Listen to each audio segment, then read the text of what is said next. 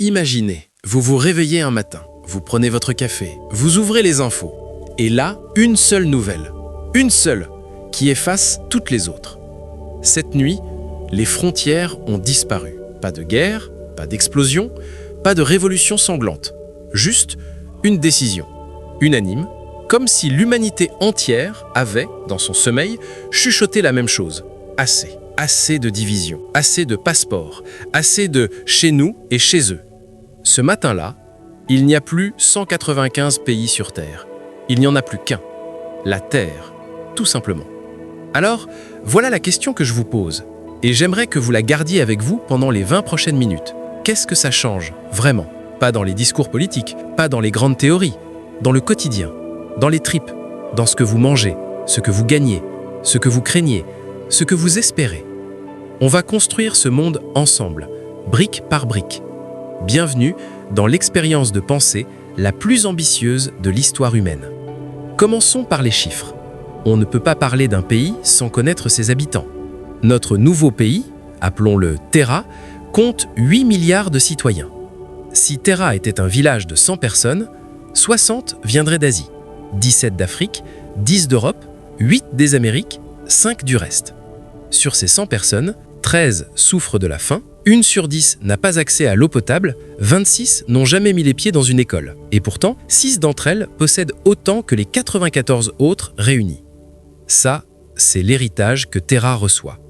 Maintenant, qui gouverne? C'est là que ça devient vertigineux.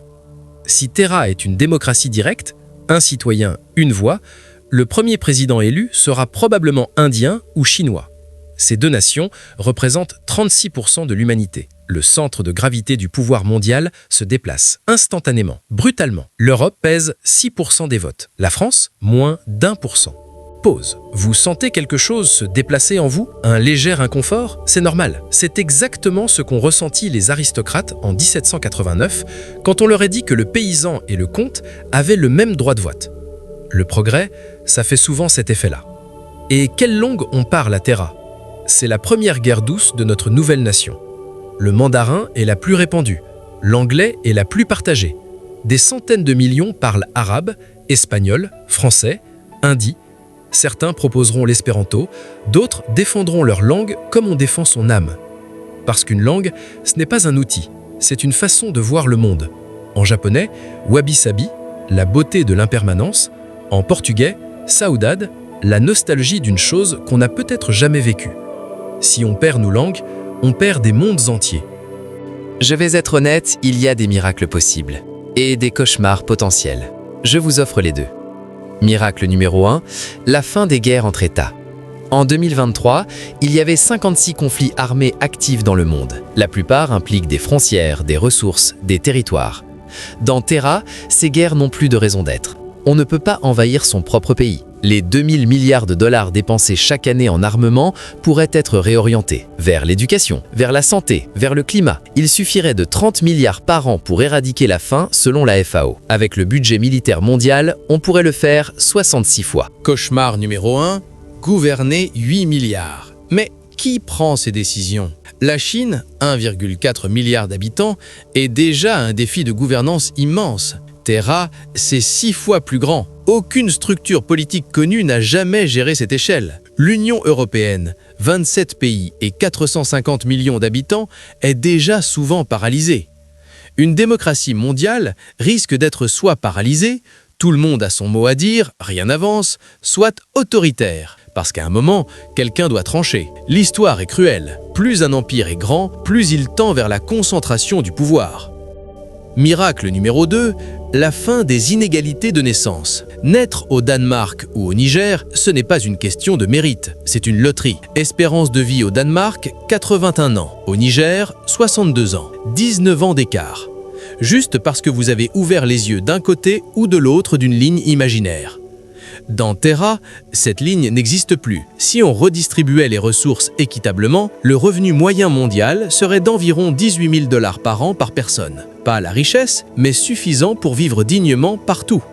La médecine, l'éducation, l'eau, ces droits deviendraient enfin universels en pratique. Cauchemar numéro 2. Qui écrit l'histoire? Qui décide de ce qu'on enseigne dans les écoles de Terra? Quels sont les héros nationaux? Quelle est l'histoire officielle? L'histoire, c'est toujours l'histoire de quelqu'un. Et dans Terra, les vainqueurs d'hier pourraient devenir les vaincus de demain, démographiquement parlant. Verra-t-on un curriculum mondial standardisé, pensé à Pékin ou New York, imposé à un enfant de Dakar, d'Amazonas, de Kyoto? La diversité culturelle est à l'humanité ce que la biodiversité est à la nature. Une richesse indispensable à la résilience collective. Un monde uni pourrait paradoxalement appauvrir l'humanité, si cette unité devient uniformité. Miracle numéro 3. La planète enfin gouvernée. Le changement climatique est le premier problème de l'histoire humaine qui ne peut pas être résolu par un seul pays.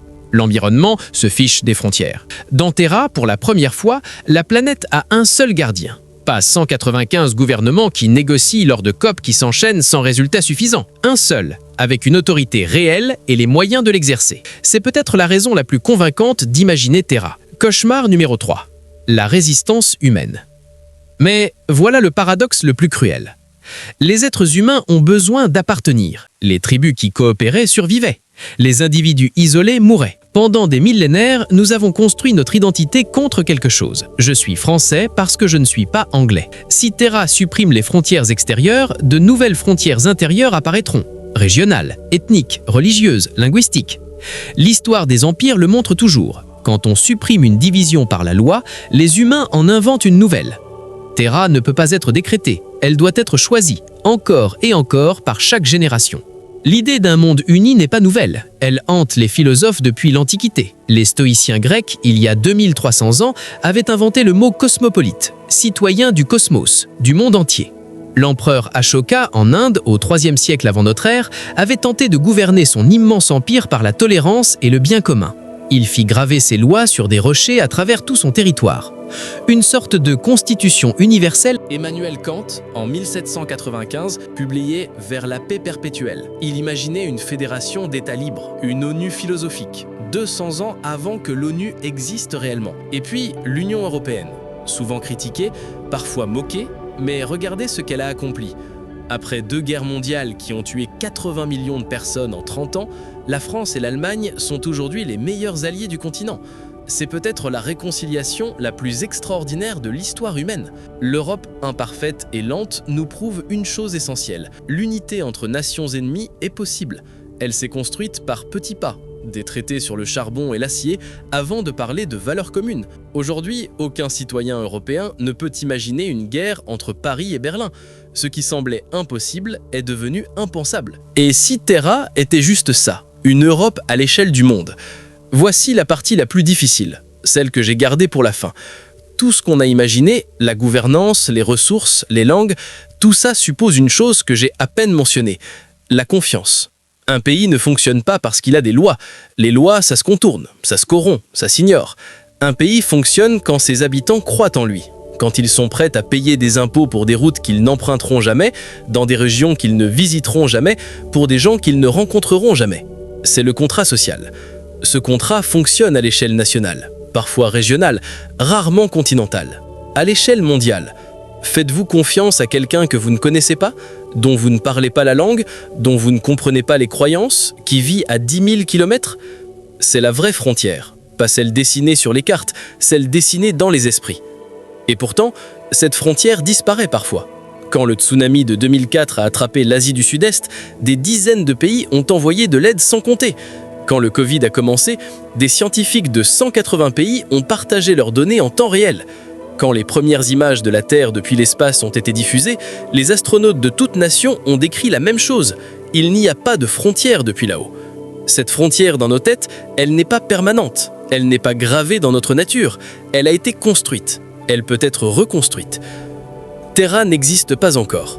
Peut-être qu'elle n'existera jamais sous la forme d'un gouvernement unique, d'un drapeau unique, d'un hymne unique. Mais peut-être que Terra commence dès que vous choisissez de vous informer sur ce qui se passe à l'autre bout du monde, dès que vous consommez en pensant à des communautés que vous ne verrez jamais, dès que vous regardez un réfugié comme quelqu'un qui aurait pu être vous si vous étiez né de l'autre côté d'une ligne. Terra commence dans les petits gestes de solidarité planétaire, dans les salles de classe où on apprend à penser global, dans les COP, même imparfaites, où des ennemis historiques s'assoient à la même table. Et peut-être, elle commence dans des salles comme celle-ci, où des gens prennent le temps de se demander « et si on faisait autrement ?» Merci.